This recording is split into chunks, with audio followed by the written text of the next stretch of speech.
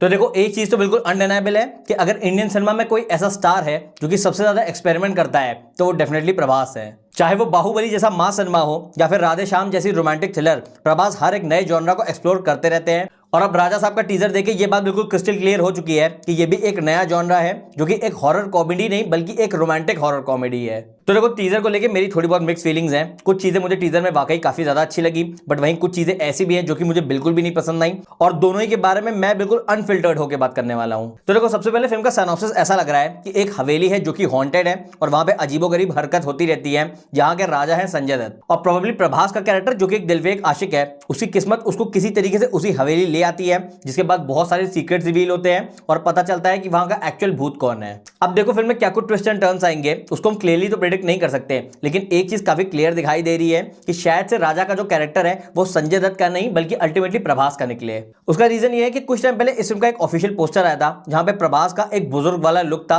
और ऐसा लग रहा है कि वो प्रोबेबली प्रभास के दादाजी हैं, विच बेसिकली मींस कि इस फिल्म में प्रभास का डबल रोल होने वाला है और शायद से ऐसा दिखाया जाए कि इस फिल्म में ओरिजिनली राजा प्रभास ही हो, लेकिन फिर संजय दत्त का कैरेक्टर प्रोबेबली उनको मार देता है और फिर खुद राजा बनके सबको धोखा देता है। और ऐसे में जो पोते वाला प्रभास है उसका face off directly Sanjay Dutt के साथ होगा, जिस नरेटिव को कॉमेडी और हॉरर के टच के साथ दिखाया जाएगा। तो अगेन ऐसे में ये चीज तो क्लियर हो रही है कि इस फिल्म की बेसिक स्टोरी क्या होने वाली है, और उसमें भी इस फिल्म का सबसे बड़ा एडेड एडवांटेज ये है कि ये फिल्म एक हॉरर कॉमेडी है। क्योंकि अगर आपने पिछले 2-3 साल का ट्रैक रिकॉर्ड देखा हो तो आपने देखा होगा कि हॉरर कॉमेडी बहुत ज्यादा डिमांड में है, और उसमें भी अगर मैं पर्टिकुलरली इस फिल्म की बात करूं तो एक चीज तो क्लियर हो रही है कि फिल्म को काफी बड़े स्केल पे बनाया गया है, जो प्रोडक्शन वैल्यू है वो काफी ज्यादा बड़ी है। उसके अलावा सेट्स और हवेली का जो लुक दिया गया है वो भी काफी ज्यादा मैसिव है, और इसी वजह से टीजर को देखने में ऐसा लग रहा है कि ये one of those few film होने वाली है जिसको देखने का मजा थिएटर में ही आएगा। And that's the reason I strongly feel कि इस फिल्म की ओपनिंग बहुत बड़ी लगने वाली है, क्योंकि ऑब्वियसली फिल्म में प्रभास तो है बट उनके अलावा निधि अग्रवाल, मालविका और साथ ही संजय दत्त भी हैं। और सच बताऊं तो ये देख के थोड़ी बहुत खुशी भी होती है कि at least south industry Sanjay Dutt को अच्छी तरीके से यूटिलाइज कर रही है,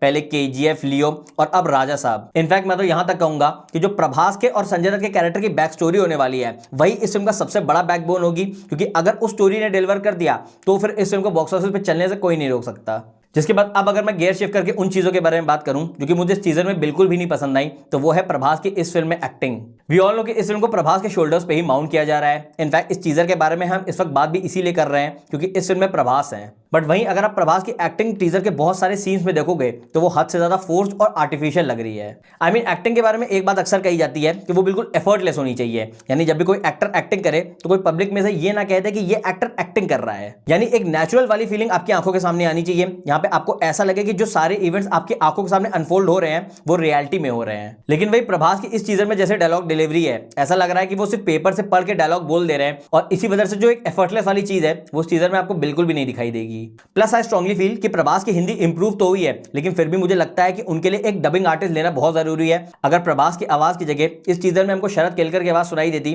तो वो इस टीजर के लिए बहुत ज्यादा बेटर होता। जिसके बाद सेकंड और एक मेजर नेगेटिव पॉइंट कि जैसे कि मैंने बताया ये फिल्म एक रोमांटिक हॉरर कॉमेडी है, तो हॉरर तो इंटरेस्टिंग लग रहा है, कॉमेडी फिर भी ठीक ठाक है, लेकिन जो रोमांटिक एंगल है वो हद से ज्यादा फोर्स और मीनिंगलेस लग रहा है। ऐसा लग रहा है कि फिल्म में जो रोमांटिक ट्रैक है उसको अननेसेसरी फिट किया जाएगा इस फिल्म को होलसम बनाने के लिए, and there is a strong possibility कि जब वो रोमांटिक एंगल और गाने फिल्म में आए तो वो आपके लिए as an audience speed breaker का काम करे, यानी आपका अटेंशन फिल्म से डाइवर्ट कर दे। That is why I strongly feel कि अगर इस फिल्म को रोमांटिक हॉरर कॉमेडी ना बना के सिर्फ हॉरर और कॉमेडी बनाया होता तो शायद वो इस फिल्म के लिए काफी ज्यादा बेटर होता। सो ओवरऑल इस पॉजिटिव और नेगेटिव को ध्यान में रखते हुए ओवरऑल जो मेरा फाइनल वर्डिक्ट है इस टीजर को लेके वो यही है कि राजा साहब का टीजर मुझे काफी डिसेंट सा प्रॉमिसिंग लगा। आई मीन मैं फिल्म के लिए बहुत ज्यादा तो एक्साइटेड नहीं हूं जितना एक्साइटेड मैं प्रभास की बाकी फिल्में जैसे कि स्पिरिट और कल्कि 2 के लिए हूं, बट हैविंग सेड दैट क्योंकि एक बड़ा सुपरस्टार हॉरर जॉनरा को थोड़ा कम ही एक्सप्लोर करता है तो डेफिनेटली मैं इस फिल्म को 5 दिसंबर को देखना चाहूंगा।